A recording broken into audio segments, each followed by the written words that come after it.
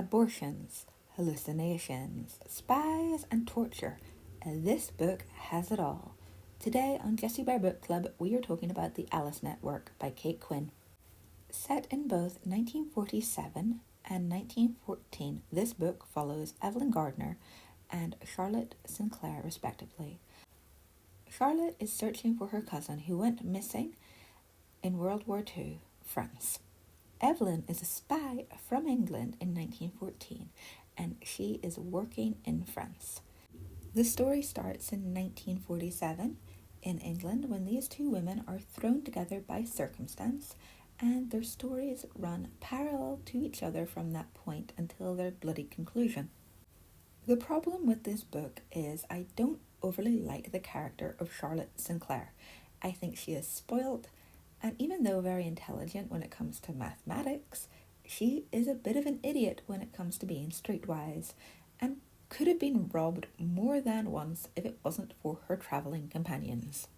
At the beginning of the story, Charlotte is on her way to Switzerland to have an abortion, which she decides not to have in the end, and there is a very obvious love story between her and Evelyn's driver Finn. I don't know, I just found this side of the story really dull, whereas Evelyn Gardner's story is amazing.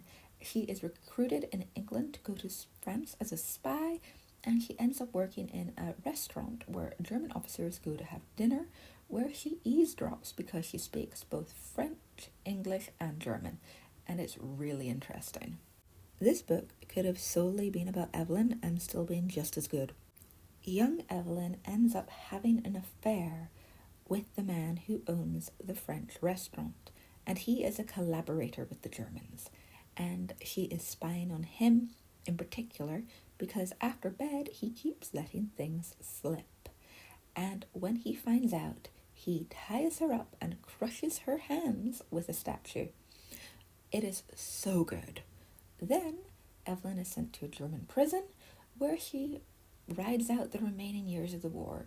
Her story is really compelling, but Charlotte's story, not so much. Charlotte hallucinating her cousin everywhere went absolutely nowhere. I think she should have gone mad or something. At least that would have made her story interesting. Whereas Evelyn's story is fascinating. A female secret agent in France sneaking around under the enemy's nose makes Charlie's road trip to find her cousin really bland in comparison. One half of this book is a thrilling, terrifying historical adventure set in war-torn France, and the other half of the book is a not-so-compelling love story and an overlong journey through France. Bleh. It really didn't help that I found Charlie's character bratty, immature, and selfish. I rolled my eyes so many times during her chapters, and when you consider that this book is 500 pages long, approximately, give or take a few, and that half this book is Charlotte Sinclair chapters, that makes me reading 250 pages of drivel just to get to the good stuff. The ending pulls these two stories together nicely, but I think it was a little bit too late for me. I just got so sick of Charlie by that point. But the main villain of this, René, the man who owned the restaurant and crushed Evelyn's hand, he was brilliantly written. I just wish there was more of him in this book. He kind of made my spine tingle with nerves. You never knew what he was going to do. Goodreads gives this 4.3 stars out of 5, and I don't really know how.